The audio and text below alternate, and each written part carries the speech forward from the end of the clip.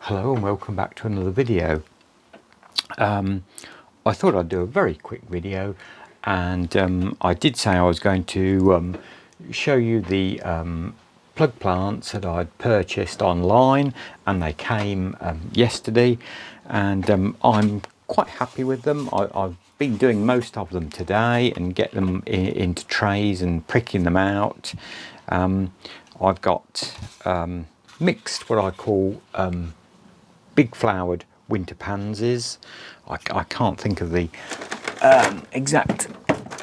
I'll move and have a look. It might tell me what the name of them is. It's select mix, whatever that might be. But they're the normal kind of pansies I normally grow from seed, and I'm quite happy. They're the smallest plug. I think they're called mini plug plants. These are, you can get maxi and even get garden ready, but I find this is the best way to buy any plants that you're having delivered via a courier or the postal service, because these do seem to survive a lot better in transit. These were posted out on Thursday, they arrived on Friday, and you know, I really can't fault them. They're quite nice little plug plants, you know, that I shall grow on for a couple of months before setting out. And the polyanthus there as well, and they're just there again. I think they're rainbow mix, which are mix of colours. And these came from a company called J. Parker, which is a reputable online nursery. I've had so many people locally that have bought plants online and been disappointed with them. Either they've come very small, or they've ordered garden ready plants that have come damaged in transit or dried out, or you know, they've been too long in transit and they've come and they're really gone slimy and they're all horrible and yucky and dry and half dead or all dead. So I would be careful when you're buying plants online. They're not cheap, like everything these days, and you know, you want value for money. Somebody very kindly recommended a company that is called Brookside Nurseries, so I'll put a link down in the description to that as well, and you might like to have a look at their offerings. They have a range of, you know, what I call winter and spring bedding, and as I say, J. Parker, where these come from, I'll put a link to that. I've no connection with these firms, I have to say, and these have been paid for and bought, you know. It's not a freebie or anything like that, far from it. The only reason I was buying these is because I explained it was too warm in July to set seeds, and far too warm.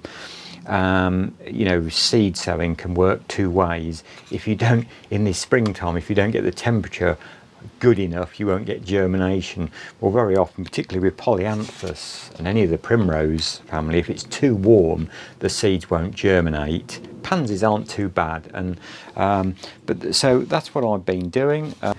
Very easy. What I do, I've got a little bit of stick here, and then just turn the thing over on its side and push my little bit of stick, and that just forces the,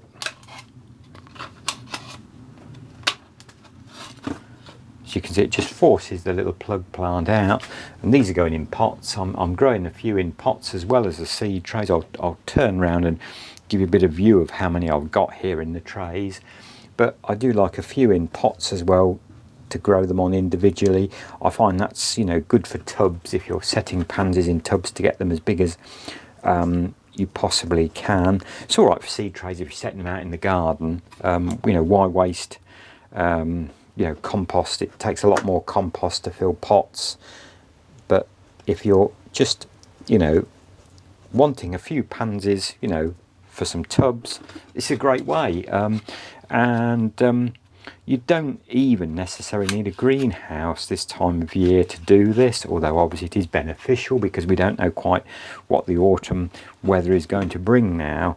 A cold frame, one of those little Aldi type greenhouses, or you could even build something to put them in just to keep the worst of the weather off. They'd be all right in the daytime, particularly in most of September and October. And I shall try to keep this greenhouse as well ventilated as possible, because otherwise, if you keep it shut up, even on wet days, I shall have the door and the roof vent open and get some air circulating through, because you cannot, I've found, particularly with Polyanthus and to a degree pansies, you know, you can soon get the grey mould, botrytis set in, you know, and that can soon, you know, quite easily. It's quite stiff. I thought I'd push that one out, but it won't come. There it comes. Yeah, you can, you know, soon get the grey mould or botrytis, and it's as easy as that. You know, just push them in little pots, make a hole, make sure the compost is damp. It's pretty easy stuff. And so I shall go on and finish this tray off now with these pansies. So there we go, I've got all those done, and I've ended up with quite a, you know, quite a nice few, or plenty for what I shall need for my tubs, and a little bit of bedding I do on some of the beds on the front of the garden. As I say, they're not bad. So some of the Polyanthus on round the edge, these ones I put in the pots, got slightly damaged, the leaves, but the trouble with Polyanthus leaves, they're very, very brittle. And you know, and they did pack them extremely well, so I can't really fault. I mean, the pansies are superb, you know, they look really quite nice plants. Here's here is the wallflowers I set. I think the video was titled "The Last Seeds I'll Be Setting." They've come up really well. I'm pleased with those, and I'm growing those on, and probably I've just watered them, that's why they've gone a bit. I shall just grow those on a little bit more, and obviously then prick those out into trays of how many I need. I think there's way more than I shall need there, but it was one packet. That was all from one packet of seed, and I have got some more pansies in pots over there. So I do like them in little 3 and 3 and I think they're either 3 or 3.5 inch pots.